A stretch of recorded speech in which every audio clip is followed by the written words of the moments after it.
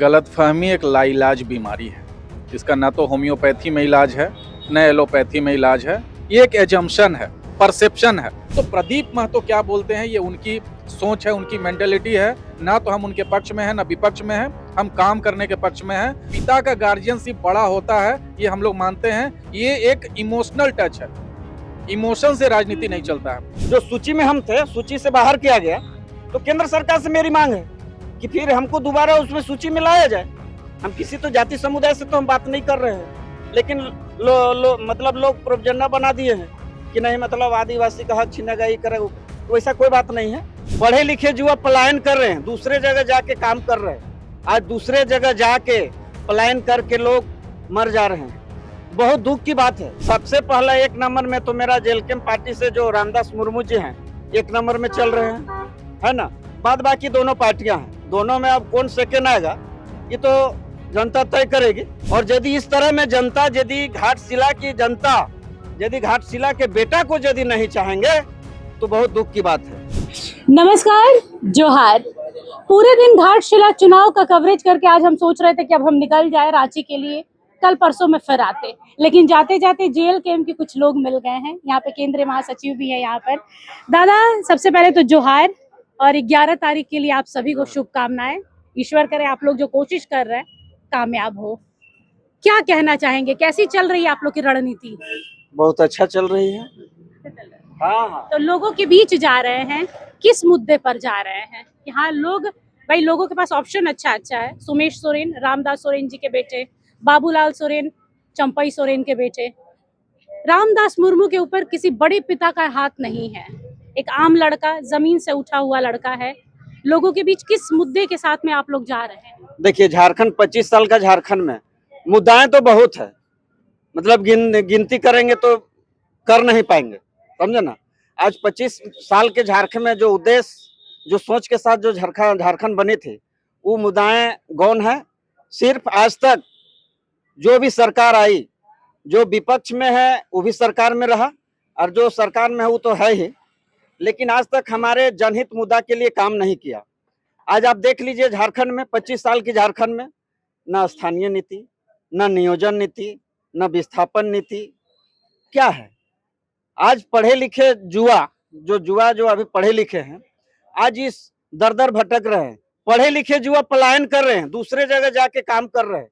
आज दूसरे जगह जाके पलायन करके लोग मर जा रहे हैं, बहुत दुख की बात है। तो इसको सरकार ने कभी नहीं सोचा, सिर्फ अपना परिवारवाद में रहा, सिर्फ अपना संपत्ति अर्जन करने में रहा, और झारखंडी जनता के लिए कुछ नहीं सोचा। हमारे प्रत्याशी, हम आपको बता रहे हैं, मूलतः रूप से 3 गो पार्टियां अभी जो देख रहे हैं कॉन्टेस्ट में है ना। सबसे पहला एक नंबर में तो मेरा जेलकेम पार्टी से जो रामदास मुर्मू जी हैं, एक नंबर में चल रहे हैं, है ना। बाद बाकी दोनों पार्टियां हैं, दोनों में अब कौन सेकेंड आएगा ये तो जनता तय करेगी, लेकिन एक नंबर में हम लोग चल रहे हैं। कॉन्फिडेंस पूरा दादा कि बाकी दो पार्टियां पीछे, हम लोग नंबर एकदम जुआ। देखिए, आज 25 साल के झारखंड में जुआ जग चुका है। पढ़े लिखे जनता है, पढ़े लिखे जुआ है, सब जान रहे हैं कि हमारे जुआओं के लिए, हमारे झारखंडी हित के लिए काम क्या हुआ, नहीं हुआ, ये तो सारा चीज देख रहे हैं, सभी जनता देख रही है। रामदास मुर्मू को हमने देखा, उनका इंटरव्यू किया था हमने। बहुत सिंपल लड़का है, थोड़ा सा बोलते बोलते ज्यादा बोल गए थे, तो मेरा उनके संग थोड़ा सा आर्ग्यूमेंट हुआ था, बट वो प्यारा वाला आर्ग्यूमेंट था, वैसा लड़ाई नहीं था। क्या लगता है कि वो कामयाब हो पाएंगे? जयराम को लोग देख रहे हैं या रामदास मुर्मू को देख रहे हैं? क्योंकि रामदास मुर्मू के पीछे एक बड़ा चेहरा, बड़ा नाम है, जो बहुत कम समय में उस लेवल तक पहुंचे हैं, वो है जयराम महतो। देखिए, यह घाटशिला का उपचुनाव है। घाटशिला का बेटा रामदास मुर्मू खड़ा है, और ये जो दोनों पार्टियां, जेएमएम से बीजेपी से जो भी हो, ये यहाँ का अस्थाई नहीं है, घाटशिला का बेटा नहीं है। तो अब घाटशिला की जनता तय करे कि हम बाहरी को हम अपना विधायक बनाए, कि मेरा जो घाटशिला का जो बेटा है उसको हम विधायक बनाए। अरे हमारे जो विधायक प्रत्याशी हैं रामदास मुर्मू पढ़े लिखे हैं, एकदम एमएससी फिजिक्स से एकदम पीएचडी हैं, एलएलबी कर रहे हैं। इससे और घाटशिला की जनता को और क्या खुशी होना चाहिए, गर्व होना चाहिए कि आज 25 साल के झारखंड में सभी को मौका दिया, बीजेपी को भी मिला, जेएमएम को भी मिला, लेकिन आज 25 साल के झारखंड में एक बार मौका मिला है पढ़े लिखे युवा। आज आपके बगल में देख लीजिए, आरडीएम स्टडी चल रहा है, बच्चे गरीब बच्चे को कम फीस में पढ़ाई कर रहे हैं। और यदि इस तरह में जनता, यदि घाटशिला की जनता, यदि घाटशिला के बेटा को यदि नहीं चाहेंगे तो बहुत दुख की बात है। राजा का बेटा राजा होगा या इस बार जनता राजा का बेटा को राजा नहीं, किसी आम बच्चे को उठा के राजा बनाएगी? देखिए, हम लोग किसी नैरेटिव पे नहीं चलना चाहते हैं। हम लोग प्रैक्टिकल पॉलिटिक्स करने वाले लोग हैं। ये राजा का बेटा राजा बनेगा कि नहीं बनेगा, ये हमारा लुकआउट वाला नहीं है। जो सिस्टम चल रहा है, बिल्कुल वो हम नहीं मानते हैं। राजा का बेटा राजा बनेगा कि नहीं बनेगा ये हमारा मैटर नहीं है। हम प्रैक्टिकल पॉलिटिक्स की बात करते हैं, हम इम्पैक्टफुल पॉलिटिक्स की बात करते हैं, हम प्रभावी राजनीति की बात करते हैं। एक ऐसी राजनीति जिसमें युवाओं के सपनों को पंख मिले, गरीब आम तबका जो है, जो मेहनत कश मजदूर किसान वर्ग है, उनके उम्मीदों को सहारा मिले, ऐसी पॉलिटिक्स की हम लोग बात करते हैं। और पूरे झारखंड में 81 विधानसभा में इकलौता ऐसा हमारे विधायक है जो इन उम्मीदों को हवा देने की बात करते हैं, सपनों को उड़ान देने की बात करते हैं, जो मर्म समझते हैं, किसानों का मर्म समझते हैं, खेतीहर लोगों का मर्म समझते हैं, मेहनत कश लोगों का मर्म समझते हैं, मजदूरों का वर्ग मर्म समझते हैं, गरीबों का मर्म समझते हैं। उसका वजह यह है कि वो जिंदगी उन्होंने खुद भी जिया है और वही जिंदगी घाटशिला का बेटा रामदास मुर्मू भी जी के यहाँ तक पहुंचे हैं। और एक ऐसा युवा जो शिक्षा को बुनियाद बना के, शिक्षा को आधार बना के इस मुकाम तक पहुंचा है, सिर्फ और सिर्फ वैसे ही युवाओं से उम्मीद की जा सकती है। एक सफल शिक्षक, एक सफल नेतृत्वकर्ता हो सकता है, इसकी प्रोबेबिलिटी पॉसिबिलिटी ज्यादा है। प्रदीप महतो ने एक बयान दिया है, आप लोग आपने सुना ही होगा, रिसेंटली ये हुआ है कि डुमरी से जो विधायक हैं जयराम महतो, जब वो नेता बनने वाले थे या नेता बन गए थे, विधायक बन गए थे, तो वो आम जनता के हितों के लिए बने थे, लेकिन अब वो सिर्फ हेमंत सरकार के पपेट बन गए हैं। अब वो आम जनता के बीच कम जाते हैं, वो कोयला के ठेकेदारों के पास, कोयला व्यवसायियों के पास ज्यादा बैठते हैं। क्या कहेंगे? गलतफहमी एक लाइलाज बीमारी है। इसका ना तो होम्योपैथी में इलाज है, न एलोपैथी में इलाज है। ये एक एजम्पशन है, परसेप्शन है। भारत का संविधान कहने को एक है, लेकिन पूरे भारत में जितने लोग हैं अपने दिमाग में अलग अलग संविधान लेके घूम रहे हैं। हमें कहना है कि क्या संतोष महतो या प्रदीप महतो या XYZ कहने से कोई नैरेटिव सेट हो सकता है?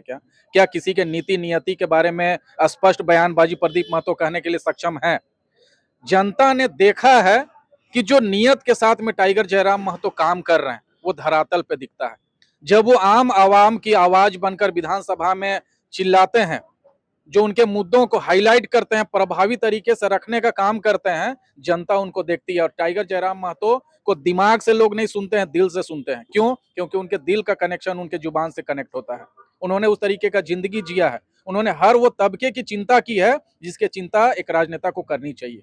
तो प्रदीप महतो क्या बोलते हैं ये उनकी सोच है, उनकी मेंटेलिटी है। ना तो हम उनके पक्ष में हैं, ना विपक्ष में हैं, हम काम करने के पक्ष में हैं। और जिस तरीके के चारों जो प्रखंड है घाटशिला में, हमने ग्राउंड ये की है, रीच सर्वे किया है, हमने वहां पे कैंपेनिंग किया हुआ है। ट्राइबल, नॉन ट्राइबल यानी आदिवासी और सदान दोनों गांवों में हमने जाके देखा है। जब बात शिक्षित उम्मीदवार की बात आती है, बात योग्य प्रत्याशी की बात आती है, तो पहले नंबर पे रामदास मुर्मू आते हैं। और आपने अभी गार्जियनशिप की बात कही थी ना, तो पिता का गार्जियनशिप बड़ा होता है, ये हम लोग मानते हैं। ये एक इमोशनल टच है, इमोशन से राजनीति नहीं चलता है। आप प्रैक्टिकल की बात करेंगे तो प्रैक्टिकल में गरीब बच्चा जो संघर्ष करके यहाँ तक पहुंचा है, हमारे JLK पार्टी में जब हम प्रत्याशी चुनते हैं तो उसकी स्क्रूटनी की जाती है, उसकी ब्रेन मैपिंग की जाती है, अलग अलग स्ट्रेटेजी, अलग अलग पैरामीटर में उनको रीड किया जाता है, और उस पैमाने, उस मापदंड पे जो लोग योग्य ठहरते हैं वैसे लोगों को प्रत्याशी बनाया बात बताइए, घाटशिला उपचुनाव के ठीक पहले पहले आप लोग कुर्मी आदिवासी मुद्दे से क्यों हट गए? रेल टेका में एकदम जोर शोर से जयराम दा निकले थे, भाई कुर्मी भाइयों को उम्मीद भी थी कि भाई जयराम आए हैं, यानी इस बार कोई निष्कर्ष निकलेगा, कुर्मियों को ST में शामिल किया जाएगा। फिर दादा क्यों शांत हो गए? देखिए, शांत आंदोलन तो चल ही रहा है ना? आंदोलन चल ही रहा है और ये चलते रहेगा। किसी मतलब कहने का मतलब है कि सबका समय, भारत के संविधान में सबका अधिकार है अपना मांग रखने का, तो हम लोग सरकार से मांग कर रहे हैं। किसी हमको जाति समुदाय से थोड़े दिक्कत कौन है। सी सरकार से, राज्य से कि केंद्र? केंद्र सरकार से। केंद्र केंद्र सरकार को हमने मतलब हटाया है, जो सूची में हम थे सूची से बाहर किया गया, तो केंद्र सरकार से मेरी मांग है कि फिर हमको दोबारा उसमें सूची में लाया जाए। हम किसी तो जाति समुदाय से तो हम बात नहीं कर रहे हैं, लेकिन मतलब लोग प्रोपगेंडा बना दिए हैं कि नहीं मतलब आदिवासी का हक छीनेगा, ये करेगा, तो ऐसा कोई बात नहीं है, सबका मौलिक कल अधिकार है। कुणाल सारंगी जी से मेरी बात हो रही थी, तो उन्होंने कहा कि भाई आप हम लोगों से, राज्य सरकार से ना उम्मीद करें कि भाई हम लोग कुर्मियों को आदिवासी में, एसटी में शामिल करेंगे, क्योंकि ये हमारे अंदर नहीं है, केंद्र के अंदर है। जैसा कि दादा ने कहा कि हम केंद्र से मांग कर रहे हैं, पर ये भी कहा कि जो लोग आदिवासी बनने के लिए उत्सुक हो रहे हैं कि हमको आदिवासी बनना है, क्या वो आदिवासियों की जो दिनचर्या है, जो जीवन है, वैसे जी सकते हैं? जल जंगल जमीन के लिए क्या कुर्मी भी आदिवासियों के लिए जी सकते हैं वैसा? आज़ादी के 75 साल हो गए और अलग झारखंड बने हुए 25 साल हो गए। जो हमारी बुनियादी जो आवश्यकताएं हैं, जो मुद्दे हैं, जो ज़रूरतें हैं, चुनाव के समय ही उनका डाइवर्सन हो जाता है। ठीक है?